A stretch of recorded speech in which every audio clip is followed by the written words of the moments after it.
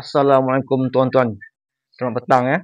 Okey, hari ni saya nak kongsikan sedikit pasal ubat ayam ni.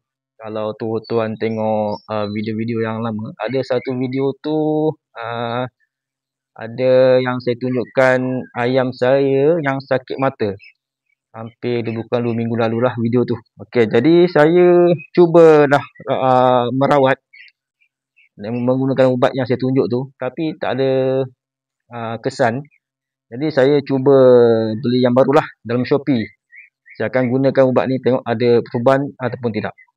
Okey, satu lagi ni ubat bagi saraf ataupun dalaman ayam. Saya pun lagi ayam saya RIR juga.